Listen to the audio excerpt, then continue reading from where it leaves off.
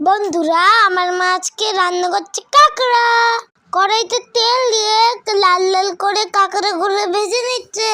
কাঁকড়াগুলো যখন লাল লাল হয়ে গেছিল তখন মা একটা পাত্রে তুলে নিল।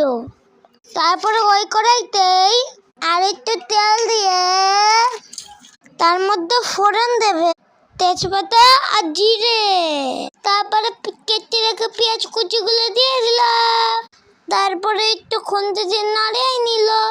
পুরো লাল লাল করে পেঁয়াজগুলো ভাজা হয়ে যাওয়ার পর মিক্সচারে পেস্ট করা পেঁয়াজ রসুন দিয়ে দিল। তারপরে আর একটু খুন্তি দিয়ে নাড়িয়ে নিল। তারপরে ওর মধ্যে দিয়ে দেবে আমাদের গাছের চৈজল ডাঁটা। তারপরে ওর মধ্যে দিয়ে দেবে টমেটো। তারপর 3-4টে কাঁচা লঙ্কাও দিয়ে দেবে। তারপরে ওর মধ্যে দিয়ে দেবে লবণ হলুদ। তারপরে আবার একটু খুন্তি দিয়ে ভালো করে নাড়িয়ে নিল। তারপরে রংটা যখন সুন্দর হবে ওর মধ্যে দিয়ে দেবে ভেজে রাখা কাঁকড়া।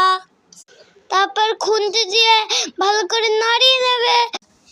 এই রান্নাতে কিন্তু দারুণ টেস্টি হয়েছিল বন্ধুরা। আজকের ওয়েদারটাও মেঘলা মেঘলা ছিল। আমার ছোট কাকার ঘর বানানো হচ্ছিল।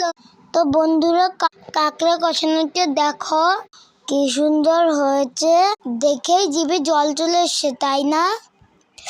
তো মা এবার খুন্তি দিয়ে একটু উঠিয়ে দেখালো, দেখো পুরো চিকেনের মতো।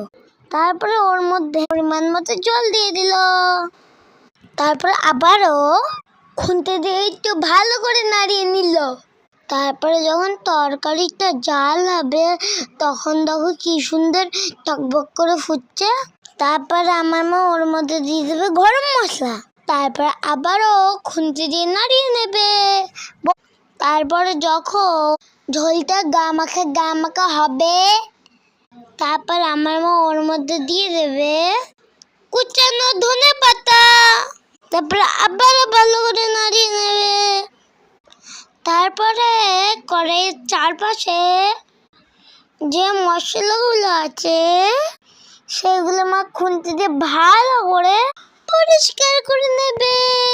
তারপর রান্না হয়ে যাওয়ার পর একটা পাত্রে ঢেলে নিল। দেখো বন্ধুরা কি সুন্দর হয়েছে। দেখো হচ্ছে নেক্সট ভিডিওতে। Tata, good bye.